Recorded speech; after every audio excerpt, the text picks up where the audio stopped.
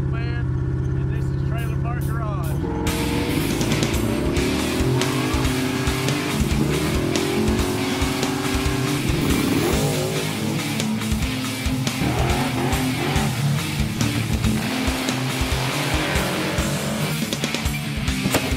What do you think?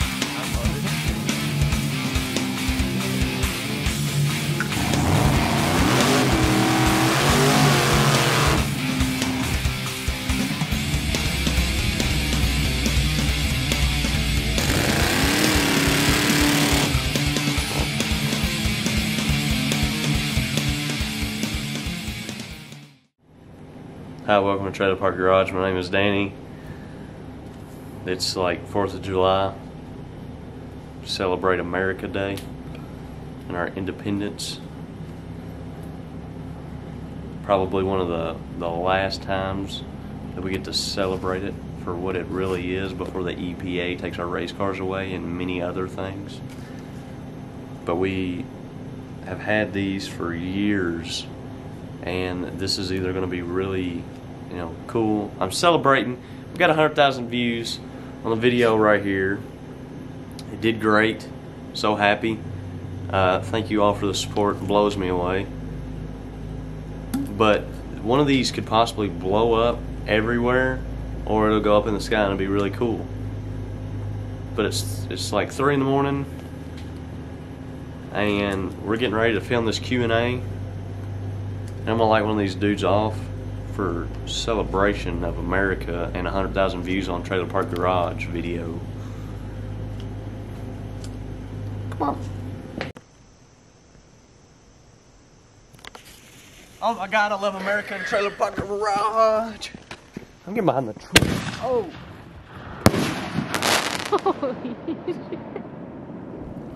Damn, them dudes are nasty. Why have we never shot those off? I don't know. Those dudes are wicked, ain't they? All right, let's get to it. All right, so we're gonna do this little Q&A deal. We were gonna go to KD Dragway and race for 10 G's this weekend. There was a problem with the injectors on Caps's car, and we want to get it right before we go back out and go to a race. We want to test the shit out of it, make sure everything is perfect. That way we can go win a bunch of money. So I figured it would be a great time to follow up and do another Q&A. People ask questions all the time, and more I get to the point to where I can't answer a lot of questions on the channel because of the numerous amount that there are. So we asked and we received. So I haven't looked at any of these yet. I just pulled them up for the first time. It looks like we got 31. So we're gonna rip it. Let's see here. Attitude Adjusted said, what rear gears you run when you switch from small tire to big tire, and how tall a big tire do you plan on running? Great question.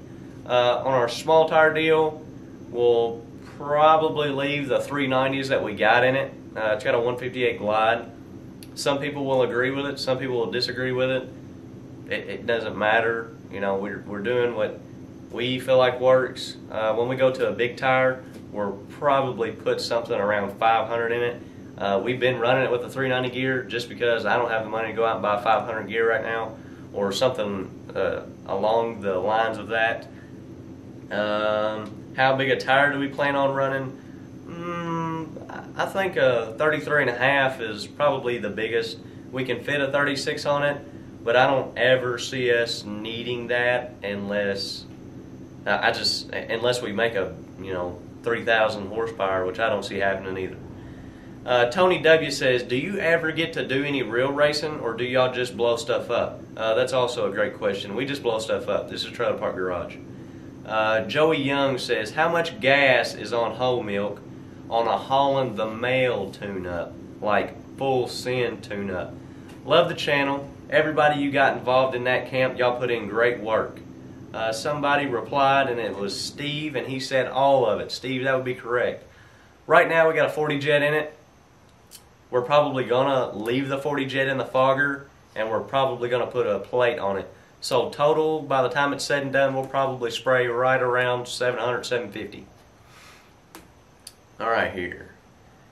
Brandon Kessinger says, if the EPA/government took away the race scene, what would you do with yourself? Man, I don't see me doing much of anything. I have made racing just about my whole entire life. I put off a lot of stuff that I should focus on and put racing in front, and I feel like more and more I get to where I balance everything out because I really need to. I see people out every day that put racing in front of their, they have a house that may not be, living way below their means. They don't take care of their house or something, and they have a $300,000 race car. I don't think that that's right. There's things, priorities that should be in line. But yeah, if the EPA government took away the racing, I wouldn't be doing much of anything but going to work. James Norris said, would you mind sharing the story of the OG milk truck with everybody? Danny, I believe every vehicle has a story, and I think folks would enjoy it. The OG milk truck, when I was 15 years old, I bought that as my first truck. It was, 305, $700 stock. It was still the color white, rust, just a little bit. We put patch panels in it. Our first plan was to just paint it. Well, that took about a whole 5 seconds before I decided to do something different. I have a lot of great people around me, and I decided to start building a motor for it. So I built a motor, and I had a ton of help from people around me, but I did most of it just myself. And the first one I built, I heard it within a couple hundred miles, knocked the lobes off the camshaft, everything. And then I learned that around early 2000s, they started pulling the zinc and phosphorus and stuff like that out of the oils, and flat tap it, hydraulic camshaft, figured out real quick that wasn't going to slide. So I just started building small blocks, learning expensive lessons, and quickly figured out the right way and the wrong way to do things.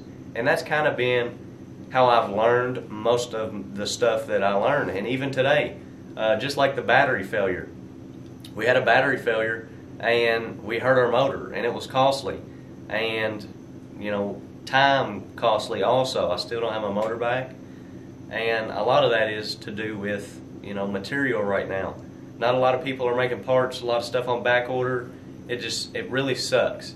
And I learned my lesson with the battery case. I've learned my lesson with tons of things. A lot of people have gave me shit and said the tune-up I put in it was wrong. Obviously don't know what they're talking about. And the people that said banging through the motor hurt it, ignorant. I don't want to hear it.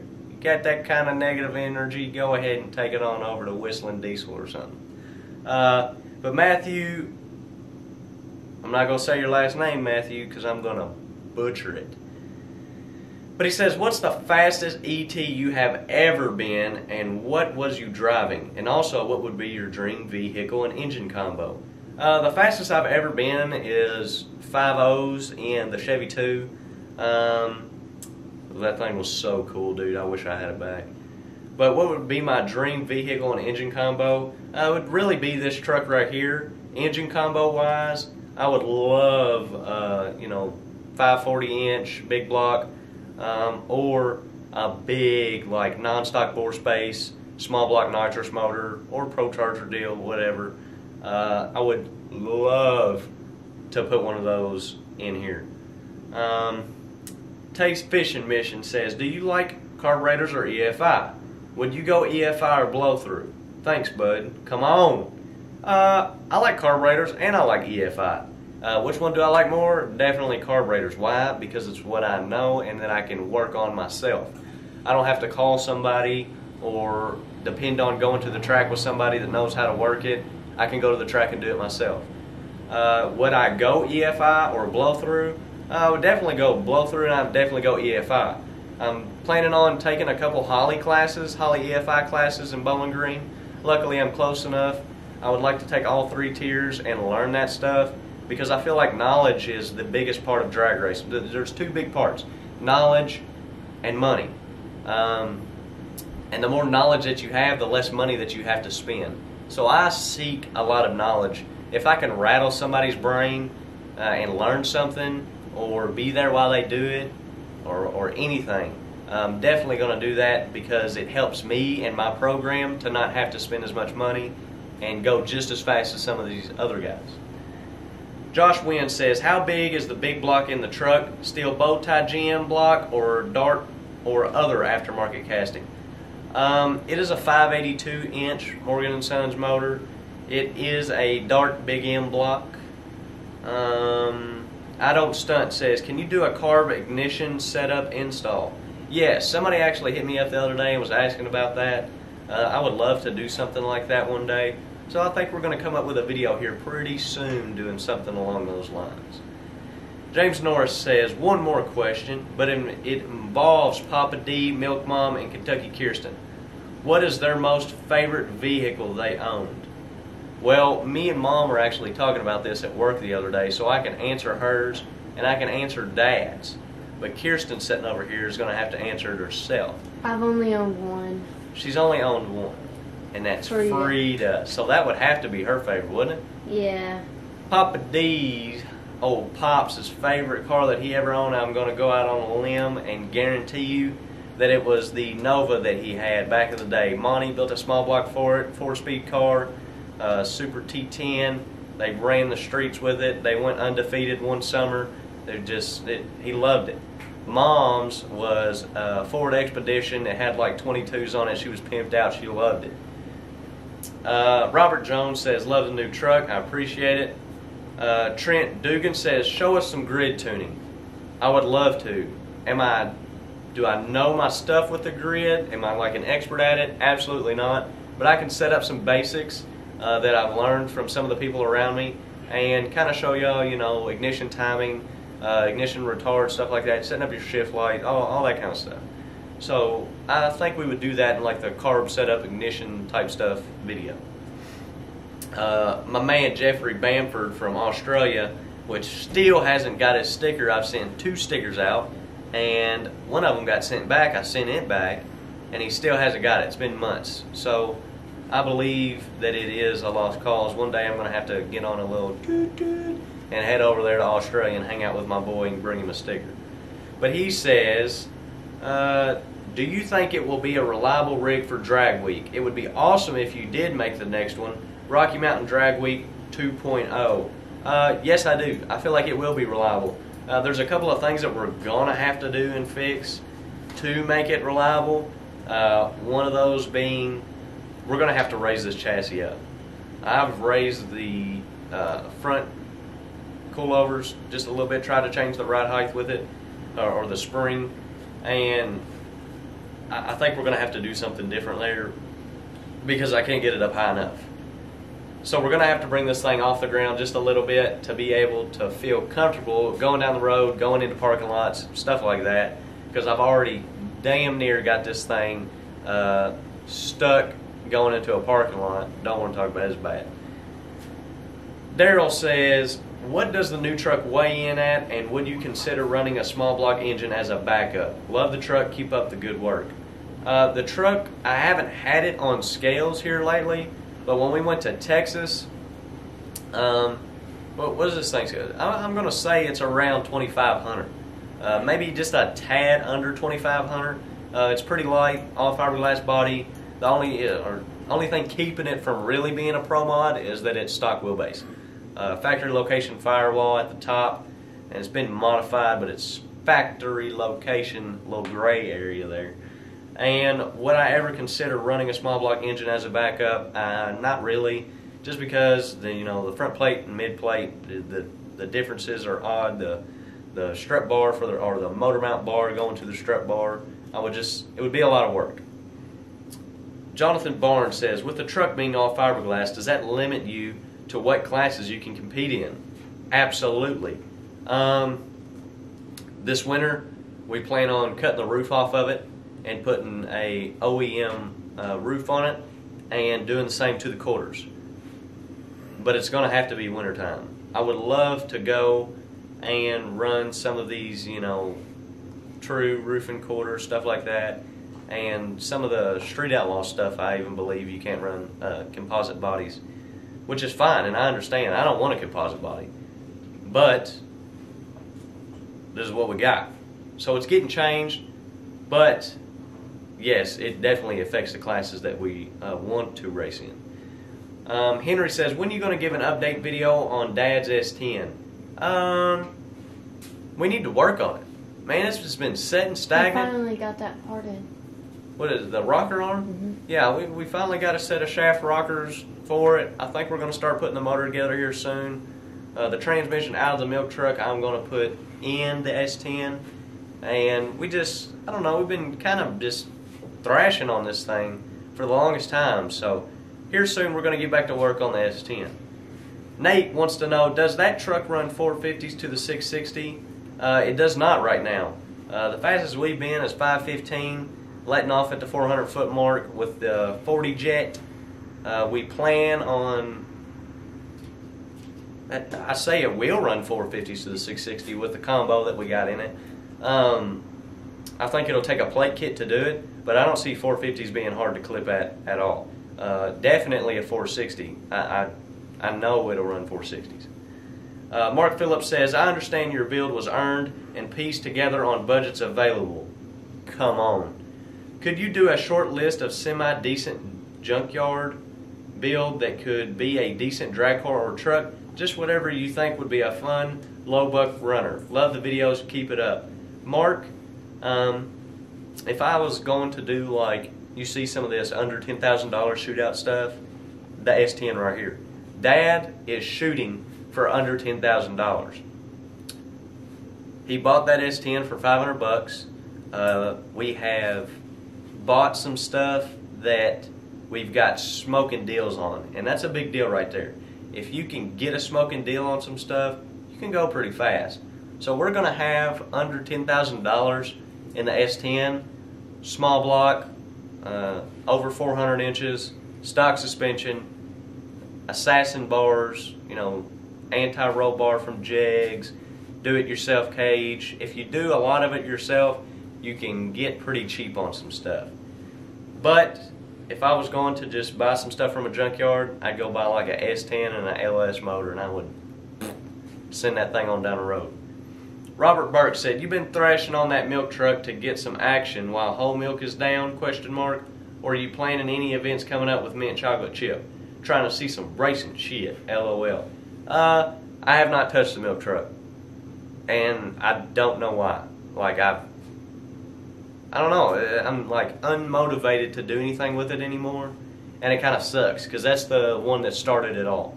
So comments like this really make me want to go out there and work on it. There's not a whole lot of work that needs to be done, but there's a little bit of money of things that I've robbed off the truck and put on this one just to get it running that I need to go out and buy. I just don't want to buy it because I'm throwing ungodly amounts of money at this thing.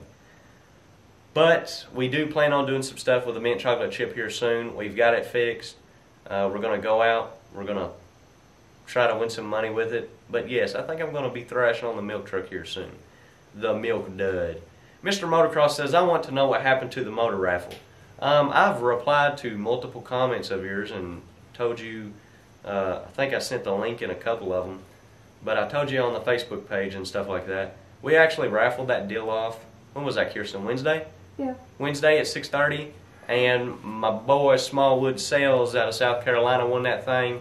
We're going to meet halfway in Harriman, Tennessee and get that motor to him. He was over the moon excited, and congrats on winning, sir.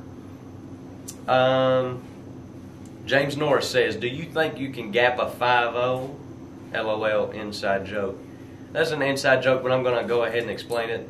Some Jamie Lee dude out of North Carolina, South Carolina, I don't know, running his jaw. He's got a 5.0 Mustang with a plate kit on a hard tire, and he was like, man, you're only going 515s. You can't do anything without crossing lanes or something.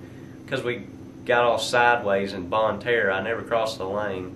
But he was just talking a bunch of ignorant mess, and nobody really cares. He was seeking attention. So we're going to give him a little bit. Jamie Lee, if you see this, I believe that's what his name was. If you see this video, we got lots of love for you over here. Come get you some action here in Kentucky anytime you want. We'll run you how we set.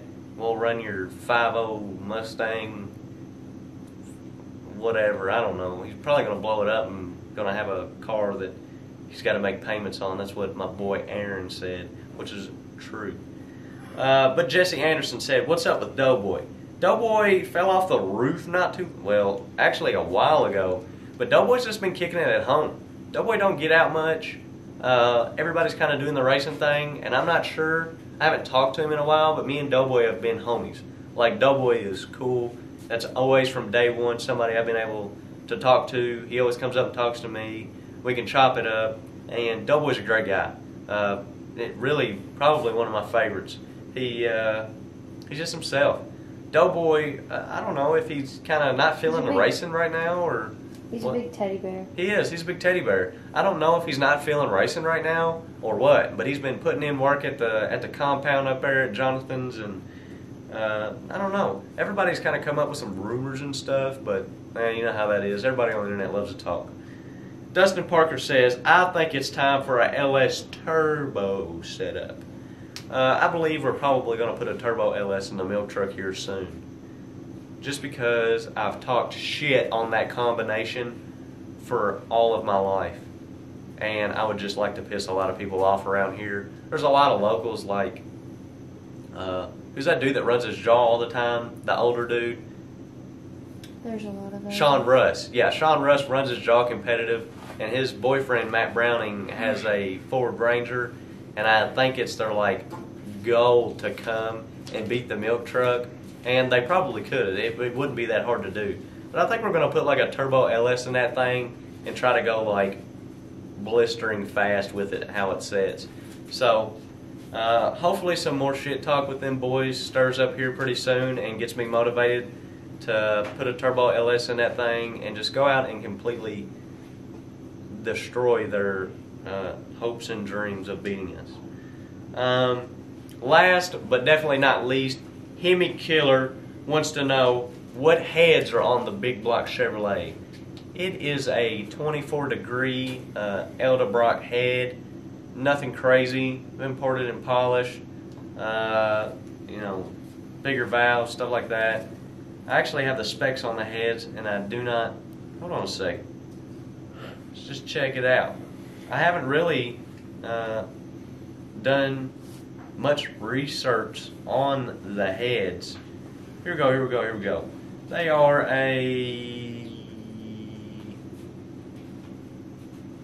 excuse me? Yeah, Eldebrock Victor heads, extensive work done. Titanium valves, titanium retainers and springs, stuff like that. Good set of heads. I like them. They flow good.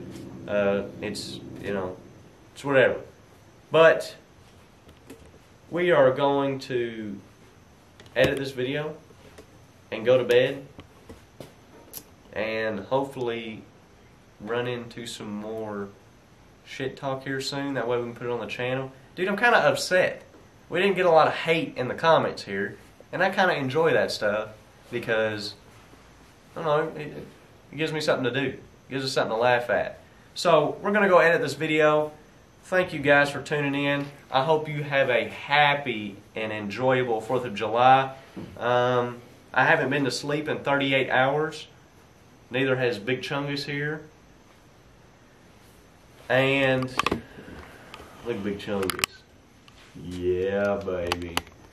So I think we're going to go to bed and get up a little early and go where? To Aunt Char's house. Yeah, we're going to Aunt Char's house and do some swimming. 4th of July, celebrating American Firework popping. And you know, hey, yeah. And we're going to set off another mortar for Trailer Park Garage in this Q&A. So thank you guys for watching a ton. I appreciate you. You're awesome. I got new shoes. Kind of cool. And hopefully here soon we can get some nitrous banging, big block Chevrolet, Renegade fuel huffing, Morgan & Sons air pushing, nitrous express power. Vroom vroom in here soon. Know what I'm saying? Come on!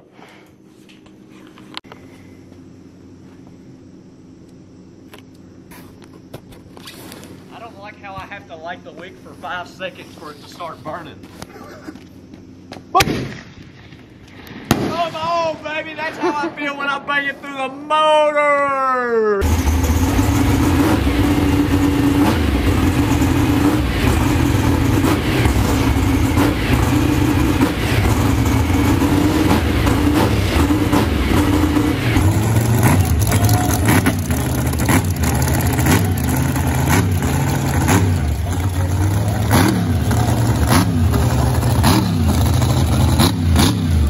And that's usually what happens. Come on.